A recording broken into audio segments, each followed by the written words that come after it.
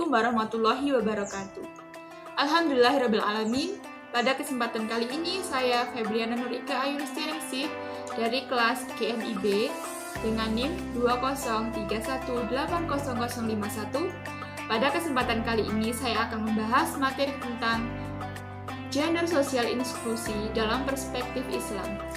Video kali ini saya buat untuk memenuhi salah satu tugas mata kuliah gender sosial inklusi.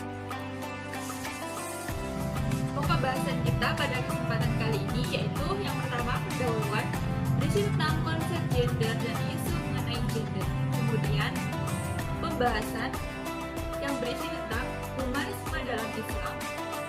Lalu pendidikan untuk perempuan dan laki-laki dalam Islam. Nilai-nilai dasar relasi sosial dan gender serta prinsip relasi gender dalam Islam. Kemudian yang ketiga, penutup yang berisi tentang kesimpulan. Konsep gender. Konsep gender adalah konsep yang digunakan untuk mengidentifikasi perbedaan antara laki-laki dan perempuan dilihat dari segi sosial budaya atau non-biologis.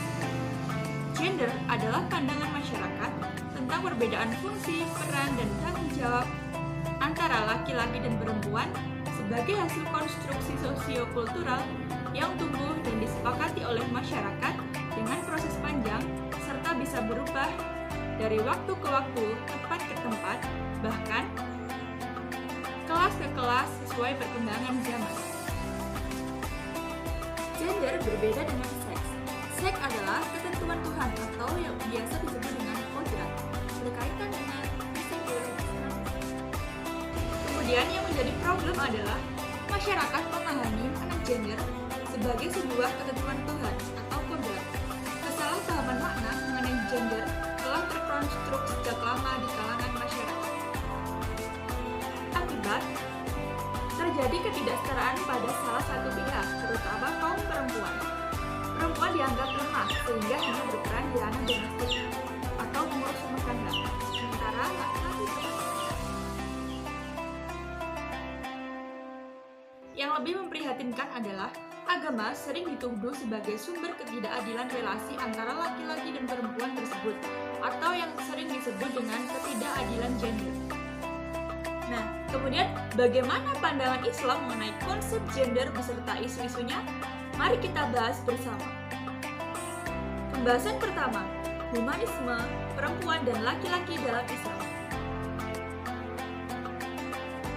Humanisme yang dimaksud dalam Islam adalah memanusiakan manusia dengan perannya sebagai khalifah di bumi.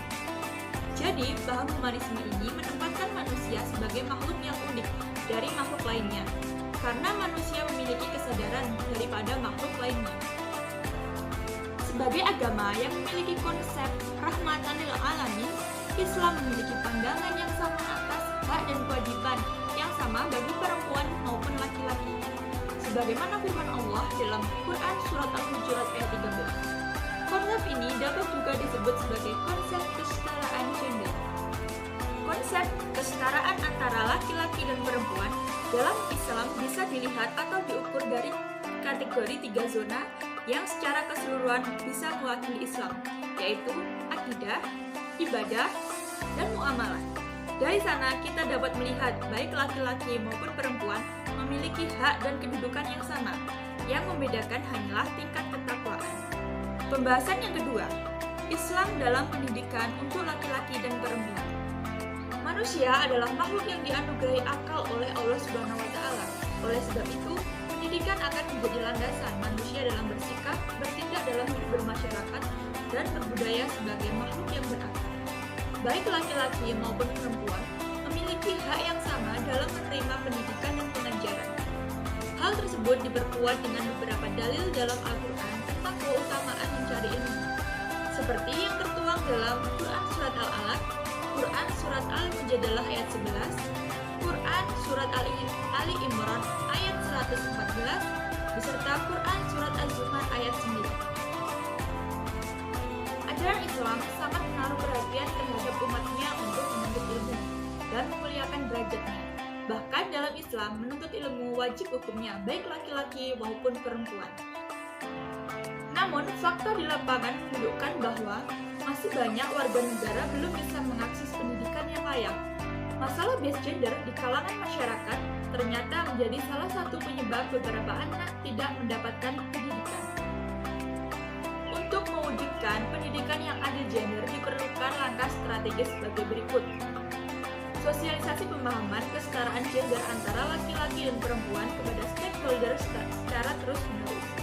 Kemudian, memberikan program pendidikan alternatif, lalu mengembangkan metode pembelajaran yang peka gender, serta merubah budaya secara sporadik agar tercipta kondisi yang egaliter. Pembahasan yang ketiga, nilai-nilai dasar relasi sosial dan relasi gender dalam Islam. Islam adalah syariat keadilan. Maka dari itu, salah satu hal prinsipil yang perlu diperjuangkan adalah tegaknya keadilan sosial, termasuk di dalamnya keadilan dan kesetaraan gender. Relasi gender adalah hubungan sosial antara laki-laki dan perempuan berdasar kualitas, skill, peran dan fungsi dalam konvensi sosial yang bersifat dinamis mengikuti perkembangan sosial yang ada. Peran antara laki-laki dan perempuan dalam Islam diatur dalam Al-Quran. Pertama, tentang hakikat penciptaan laki-laki dan perempuan, di antaranya terdapat dalam Quran Surat Ar-Rum ayat 21, An-Nisa ayat 1, Al-Hujurat ayat 13. Kemudian, tentang kedudukan dan kesetaraan antara laki-laki dan perempuan dalam Quran Surat Ali Imran ayat 195, An-Nisa ayat 124 dan An-Nahl ayat 9 dan seterusnya. Pembahasan yang keempat, prinsip relasi gender dalam Islam. Prinsip relasi gender dalam Al-Quran garis besarnya adalah sebagai berikut. Pertama, perempuan dan laki-laki sama-sama sebagai hamba. Kemudian, perempuan dan laki-laki sebagai khalifah di bumi. Selanjutnya, perempuan dan laki-laki menerima perjanjian awal dengan Tuhan. Dan yang terakhir adalah perempuan dan laki-laki sama-sama berpotensi meraih prestasi. Kesimpulan, agama Islam sangat menjunjung tinggi nilai kemanusiaan, keadilan, dan kesetaraan gender. Tidak ada perbedaan antara laki-laki maupun perempuan dalam segala aspek kehidupan. Yang membedakan hanyalah tingkat keimanan dan ketakwaan. Cara menyikapi isu tentang ketidakadilan gender yang mengaitkan dengan agama, yaitu perlu dilakukan pengkajian ulang terhadap ayat-ayat Al-Quran dan hadis yang merujuk pada hal tersebut, serta perlunya mensosialisasikan gerakan tentang kesetaraan gender dalam Islam. Terima kasih, mungkin cukup sekian dari saya. Wassalamualaikum warahmatullahi wabarakatuh.